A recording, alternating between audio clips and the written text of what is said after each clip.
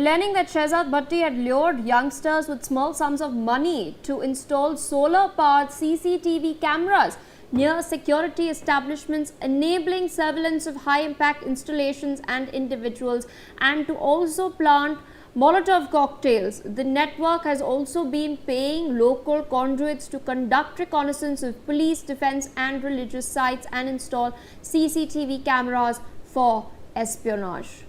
With me on the broadcast is my colleague Javed Hussain. Javed, of course, major terror bust. 254 people have been arrested across 14 states, all linked to Shehzad Bhatti's espionage network. We're also learning that Bhatti had lured these youngsters to install solar-powered CCTV cameras near security establishments.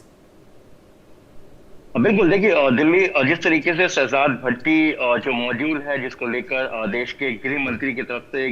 दफ्तर से ये जानकारी दी गई और ये बताया गया कि किस तरीके से स्वतंत्रता दिवस पर जो ये पूरी एक कार्रवाई की गई और जिस तरीके से इस पूरे मॉड्यूल का जो खुलासा हुआ है कि सीसीटीवी कैमरे के जरिए जो है पंजाब और हरियाणा की कुछ जगहों पर जो है पूरी तरीके से जासूसी करवाई गई। उसके बाद जो यहाँ के यूथ हैं, जो खास तौर से यूथ को पूरी तरीके से सोशल मीडिया के जरिए भड़कलाना, उसके बाद उन्हें पैसे देकर, यानी कि एक तरह से देखिए इसमें एक चीज और भी खुलासा हुआ है कि जिन लोगों को रेडिकलाइज किया जा रहा था, रेडिकलाइज के साथ वैसे यूथ जो कि देश के अलग अलग राज्यों से ताल्लुक रखते हैं, उनके हालात को देखकर पूरी तरीके से रैगिंग की जाती है स्पेसिफिक। उसके बाद उन लड़कों को तैयार किया जाता है। इसमें वो लड़के भी हैं जिनको पूरी तरीके से रेडिकलाइज किया गया, जिनको हैंडलर्स के तौर पर शहजाद भट्टी हो या अजमल गुजर हो, जो कि पाकिस्तान बेसी आतंकी है, या फिर सबसे बड़ी बात यह है कि हाल के दिनों में जिस तरीके से काफी लंबे समय बाद अंडरवर्ल्ड डॉन दाऊद इब्राहिम के हैंडलर्स का भी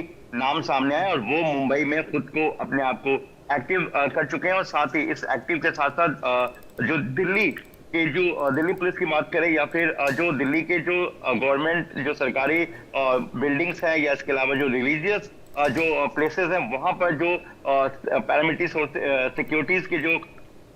जवान तैनात हैं, उनको भी टारगेट करने का इनका पूरी तरीके से एक मॉड्यूल था। और सबसे बड़ी बात यह है कि दिल्ली को दहलाने की इनकी साजिश थी। शहजाद भट्टी, अजमल गुजर, ये आईएसआई के इशारे पर जो है वो कहीं ना कहीं अब इनका जो टेरर मॉड्यूल का जो पैटर्न है वो पैटर्न बिल्कुल चेंज हुआ है। और इस पैटर्न चेंज के बाद ही अब जो आईएसआई है वो जैसे मोहम्मद, लश्कर-ए-तौबा, हिजबुल मुजाहिदीन या टीआरएफ, द रेजिडेंट फ्रंट, जो कि हाल में ही पिछले 3-4 साल से जम्मू कश्मीर के साथ साथ कुछ और राज्यों में भी अपने आप को एक्टिव की है और कई टेरर मॉड्यूल, कई ब्लास्ट में जिसका नाम सामने आया। और शुरुआत में पहलगाम अटैक में अगर हम साल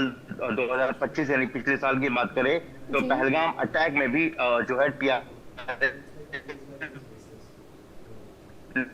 जी Javed, I'm losing your connection over there, but I'd like to thank you, Javed, for taking out time, joining us on the broadcast, sharing all of these details. There's of course a lot to unpack as far as the official documents that have been released by the government as far as this terror module is concerned. We will continue to track all of these updates with Javed, but on that note, we're dipping into a quick short break.